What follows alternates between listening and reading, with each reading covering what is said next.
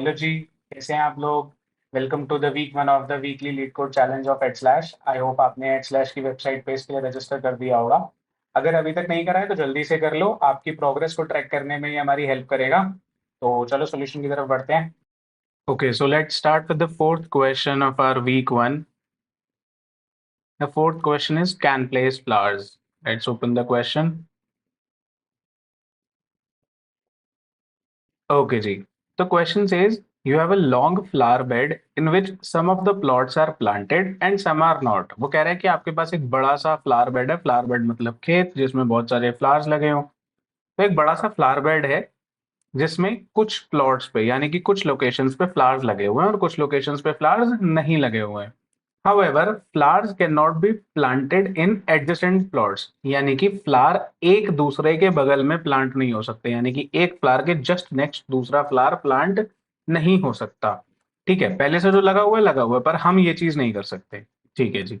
Given an integer array flower bed containing zeros and ones. एक flower bed integer array दी हुई है आपको जिसमें सिर्फ जीरो और वन है। Where zero means empty, zero का मतलब खाली जगह, वन का मतलब खाली जगह नहीं है, फ्लावर लगा हुआ है। एंड एन इंटीजर एन क्या बता रहा है? कितने फ्लावर्स आपको और प्लांट करने हैं। Return true if n new flowers can be planted. हमको ट्रू रिटर्न करना है अगर हम नए एन फ्लावर्स प्लांट कर सकते हैं तो। अगर नहीं कर सकते हैं तो फॉल्स रिटर्न करना है, वाइल मेंटेनिंग द कंडीशन कि हमें एक दूसरे के बगल में फ्लावर नहीं रखने। मतलब कि हम ऐसा नहीं कर सकते कि सिर्फ नंबर ऑफ जीरोस काउंट करके हमने एन रिटर्न कर दिया, ये काम नहीं हो सकता क्योंकि हमें एक दूसरे के बगल में फ्लावर्स प्लांट नहीं करने। हमको ऐसी कंडीशन निकालनी है कि जहां पे फ्लावर्स एडजसेंट तरीके से प्लांटेड ना हो। उस केस में क्या मैं एन फ्लावर्स प्लांट कर सकता हूं? अगर कर सकता हूं तो ट्रू रिटर्न कर दो, नहीं कर सकता हूं तो फॉल्स रिटर्न कर दो। ठीक है जी। तो समझते हैं क्वेश्चन क्या कह रहा है। मान लो आपके पास ये फ्लावर बेड है। ठीक है, इस फ्लावर बेड पे अगर हम इस एग्जाम्पल को कंसिडर करें तो हमारे पास 5 की लेंथ का फ्लावर बेड है जिसमें फर्स्ट और लास्ट पोजीशन पे मेरे पास फ्लावर्स प्लेस्ड हैं, बाकी सारी पोजीशंस मेरी खाली हैं। और एक फ्लावर प्लेस करना है, n=1। ठीक है जी। तो फर्स्ट पोजीशन पे मेरे पास फ्लावर बना हुआ है, फर्स्ट पोजीशन पे मेरे पास फ्लावर बना हुआ है, लास्ट पोजीशन पे मेरे पास फ्लावर बना हुआ है और बीच में 3 पोजीशंस मेरे पास खाली। ठीक है, कितने फ्लावर प्लेस करने? एक फ्लावर प्लेस करना है। मैं ना शुरू से शुरू करता हूँ, यहाँ से चलना शुरू करता हूँ। मैं कहता हूँ कि क्या यहाँ पे खाली जगह है? उसने कहा नहीं। कोई बात नहीं, जब खाली जगह ही नहीं है तो आगे बढ़ जाओ।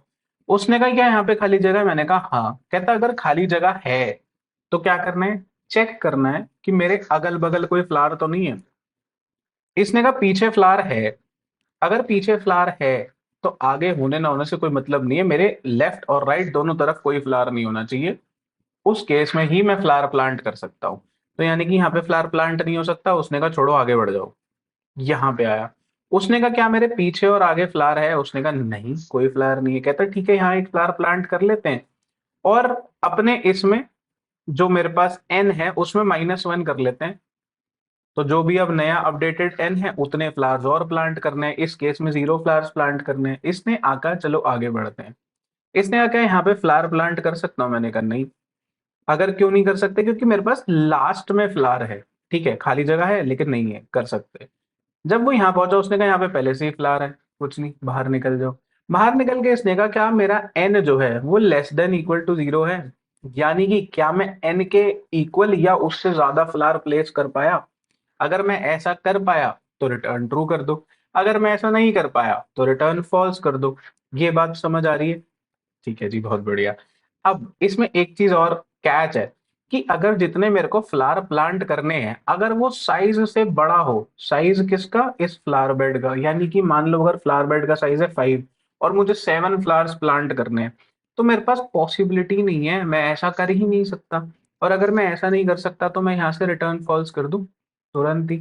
कुछ मुझे कैलकुलेट करने की जरूरत ही नहीं है। ठीक है, एक कंडीशन मुझे समझ आ गई कि अगर मैं फ्लावर प्लांट नहीं कर सकता तो मैं रिटर्न फॉल्स कर देता हूं। ठीक है, दूसरी कंडीशन, अगर मेरे पास एक ही जगह है, अगर मेरे पास एक ही जगह है तो मेरे को क्या चेक करना है?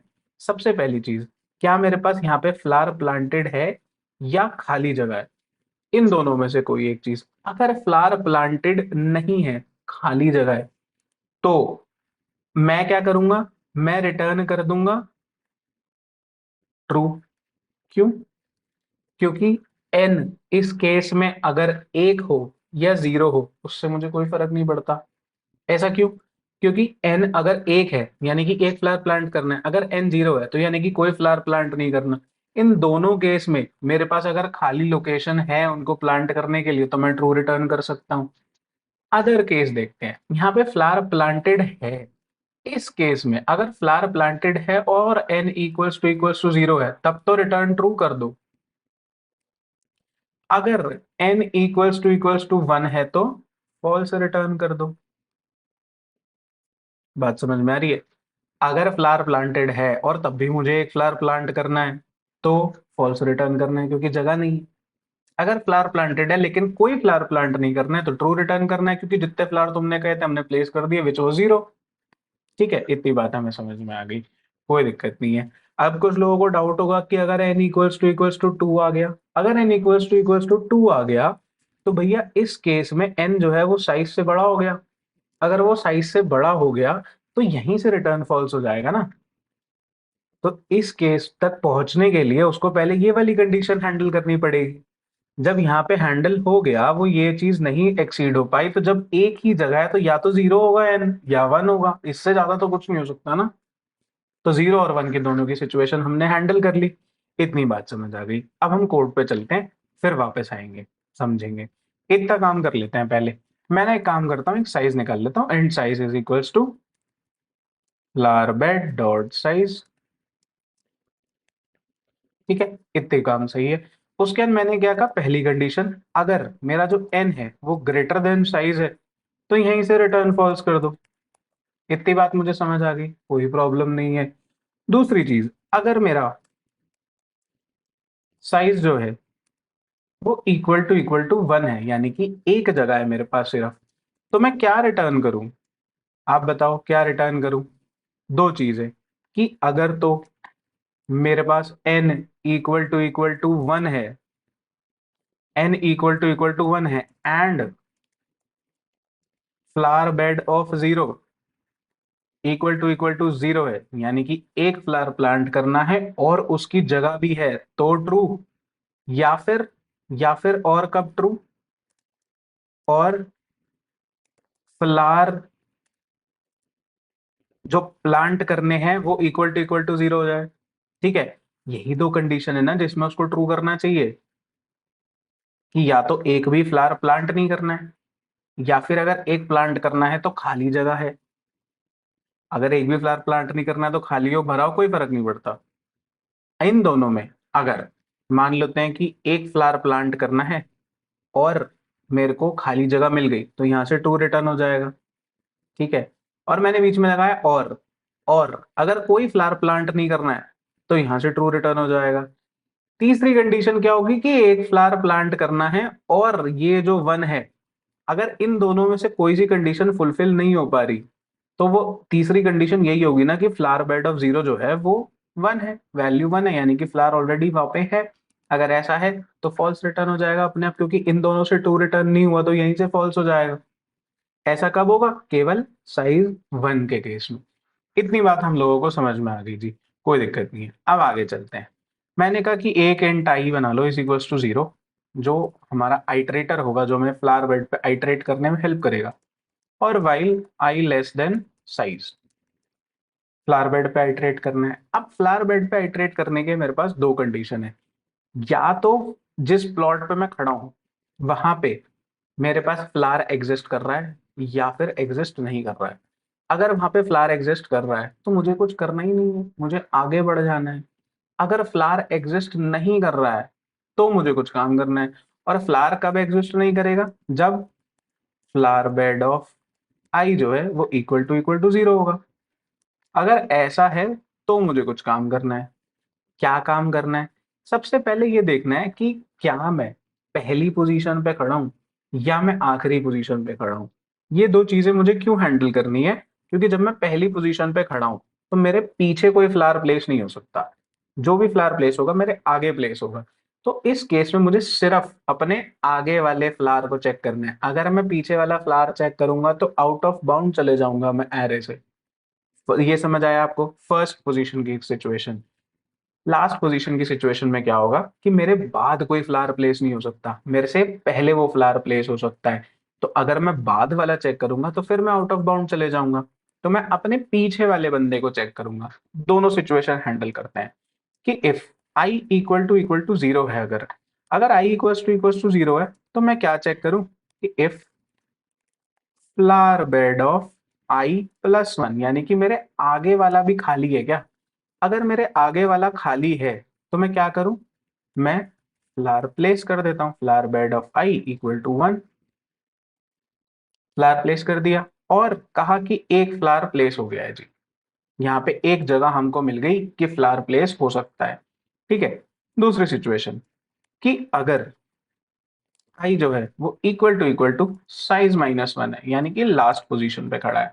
अगर ऐसी सिचुएशन में तो मैं क्या चेक करूं कि अगर flower bed of I minus one, यानी कि मेरे से जस्ट पीछे वाला बंदा जो है वो इक्वल टू जीरो है, यानी कि यहाँ पे कोई बंदा यानी कि कोई फ्लावर प्लेस नहीं हो पाया है।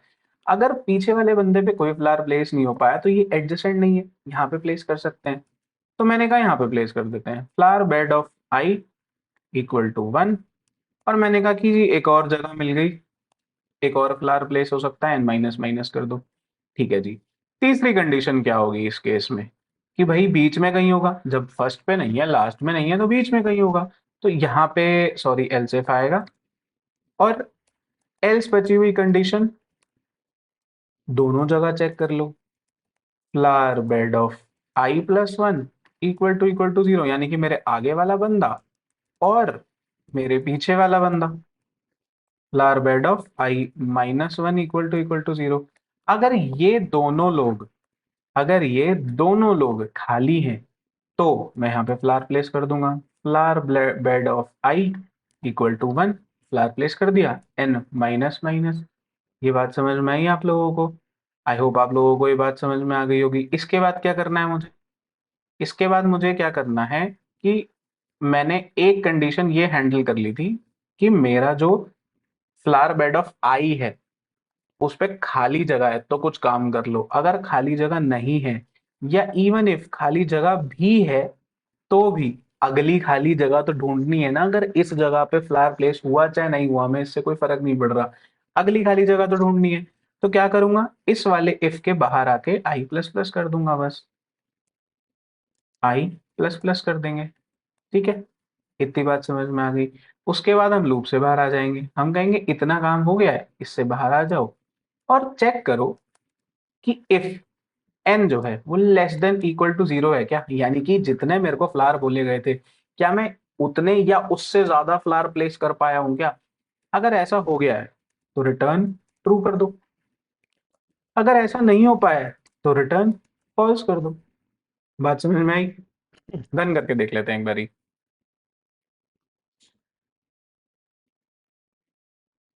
ओके,